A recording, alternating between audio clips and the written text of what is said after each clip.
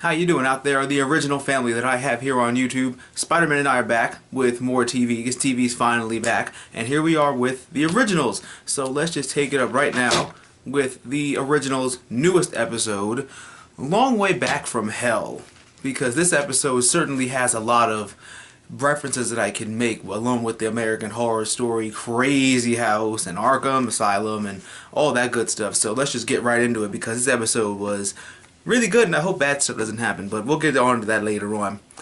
We find our originals trapped, like I said, in Arkham Asylum, which is actually a punishment I really wouldn't wish on anyone, actually.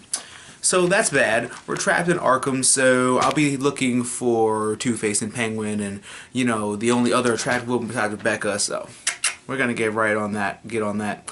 Ginger Witch is scorned. Can you tell? She seems pretty upset about past events that happened and other stuff. But then when you find out why, you find out she kind of has a reason to. One thing I'm always gonna find funny is that no matter how long any of them have been alive, whether it's the originals or anybody else, all the amount of time you've been alive, they've always managed to screw people over. And they've always managed to screw over like supernatural people, like witches or warlocks or vampires or other werewolves, and it's like,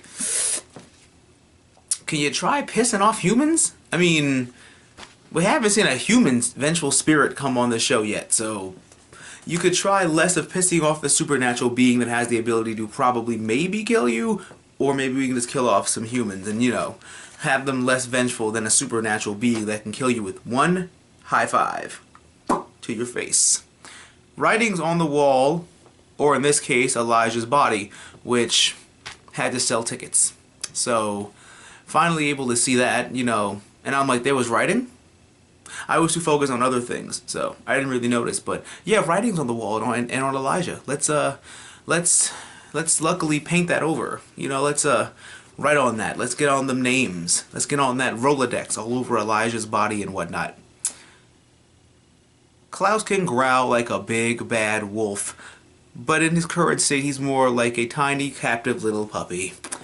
And I've always found that great about Klaus. No matter what situation he's in, if his back's against the wall, he's still gonna try and either make a deal with you, threaten to kill you in the worst way possible, or just somehow just not submit. Like, you're chained up with an ancient Haitian voodoo bone shank in your chest. You're not the one to be making threats here, but it's Klaus, and we're used to it now, so we're gonna try that. Like I said before, trying to make a deal with a horseman. Like I've mentioned in previous reviews of this show, I'm going to be calling our four mystical people our four horsemen of apocalypse, because there's four of them, they're powerful and bringing about hell. You think of another name for them. So we're going to call them our four horsemen. And you try to make a deal with one. Yeah, that don't work. That doesn't work at all. So we're just going to pay our respects by putting you in your place and sticking our hand in your chest. Which is still exactly why you don't make a deal with a horseman. They can't be trusted. Just imagine if you were trying to make a deal with you, Klaus. Would you listen? That's what I thought. Going down memory lane can be quite bumpy and slippery and hazardous and one way and ice ahead. Put on your snow chains for your tires. You may get into an accident. Slow down. And I'm sure these car and driving references already have it for you guys. Hazardous. Slow down. Turn around if you have to, but don't go forward or you might not like what you see. A Rolodex of the supernatural. That already doesn't sound good. We don't need to know where all the other people are. But then again, we have to sell a season 2. Or we have to basically know that we have other people here in New Orleans, so. Yeah, a Rolodex of the supernatural. I want to see who's on that list. I personally do. So, yeah, we can figure that out. How much more truth is hidden on this show?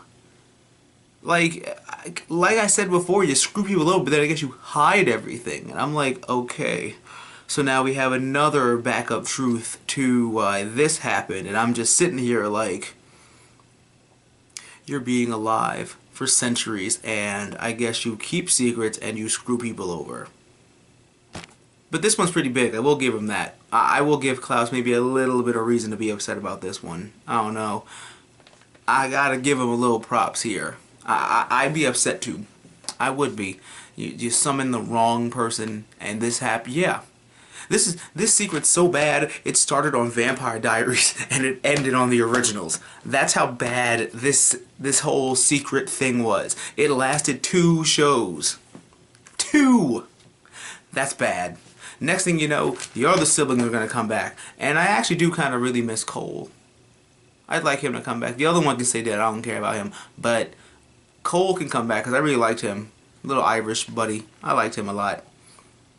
All of this just to crumble a bond of steel. And you'd really think that, you know, their relationship is already known, so what else is there really to tell? Or just break it. But their relationship has caused other bad things in the past before, so I can see why everybody wants to break it. Well, that took a while, and now we're vampire renegades on the run. Oh mama, I'm in fear of my life on the run.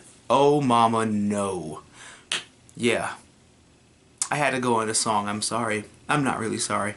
But this episode was really good. It's going to open a lot of doors for everything. I really hope nothing happens to Rebecca again, because I will not stand to watch her either get staked or get daggered again. Because she's already died like I think 4 or 5 times. So, and I'm still really hoping for the whole Queen of New Orleans thing, like a whole Daenerys spin on this thing. But thank you guys so much for watching my review of the originals. Comment question of the day / this video is, again, who are you rooting for to take over in New Orleans? I'm still voting for Rebecca. And maybe some kind of like ally supernatural witch or warlock or something. But my comment question of this video would have to be, do you think Klaus has a reason to be upset about what he's upset about?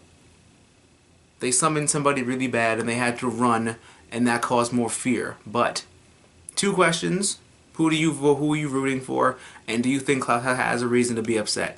I've got to say, he has a reason to be a little upset, but like I said in the previous episodes, Klaus is always the person to piss you off, and then when you do that one thing, it's like you're erased, but now you've scorned me and now I'm going to be mostly upset at you. So maybe it's a balance thing, I don't know, but sound off down below in the comment section in the crotch bar to let me know how you guys think.